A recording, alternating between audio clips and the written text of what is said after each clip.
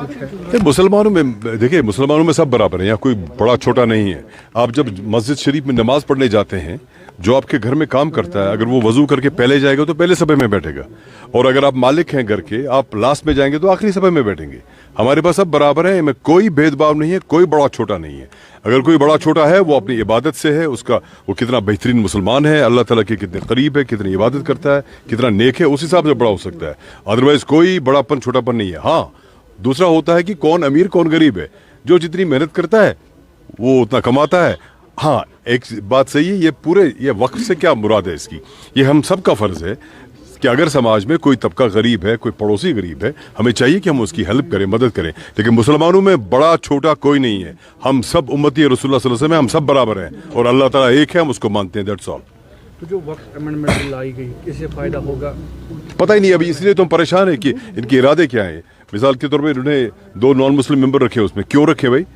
अभी मैं कह रहा था इनको, मैंने कहा क्या हमें अब नमाज कैसे पढ़नी है उनसे पूछना है, कि रोज़े कैसे रखेंगे कब रखेंगे उनसे पूछना है, या चांद कब निकलेगा उनसे पूछना है? अब वो चांद की कमेटी भी बनाएंगे कि कब निकला चांद। इसलिए हम इस पे जूझ रहे हैं, देख रहे हैं क्या मामला है, इसीलिए तो हम बात कर रहे हैं। लेट अस सी कि अमेंडमेंट जो एक्ट आ गया, अब रूल भी इसके बनेंगे शायद, क्योंकि उसके बाद रूल बनते हैं, देखते हैं उसमें क्या होगा। Let us study. Thank you very much. Assembly को चल ही नहीं, क्या लगता है? नहीं, ऐसे असेंबली हमने भी नहीं चलने दिया जब हम थे भाई।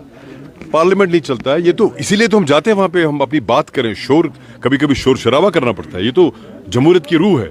लेकिन देखना है कि जिन लोगों ने जिस चीज़ पे वोट लिया और जो बातें की इलेक्शंस में, और जब हमारे मेंबरान ने वो बातें लाई और उन्हें बात ही नहीं करने दी और उन्हें हाउस को वाइंड अप कर दिया, इतनी सारी बिल्स रह गई और वक्फ पे सब ने बात की, हम बात कर रहे हैं। अब जब हमारे मेंबर ने रेजोल्यूशन लाया, उसको एंटरटेन ही नहीं किया।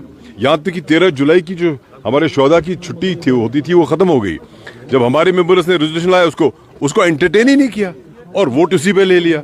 और क्या कहें, अल्लाह मालिक सब। ने अपनी बात को क्लियर कर दिया, ट्यूलिप गार्डन को लेकर के 2 दिन जो टेंशन चला उसको लेकर पीडीपी का क्या स्टैंड? क्या मतलब क्या जो रिजिजू के बारे में उन्होंने कल क्लियरिफाई कर दिया कि क्या क्लियरिफाई करे, मुझे नहीं मालूम। एक मुलाकात थी, उसके साथ कोई पर्सनल कोई कंसर्न नहीं थी। तो अगर ये बाई चांस मुलाकात थी तो उनको फिर असेंबली में होना चाहिए था, वहाँ क्या कर रहे थे?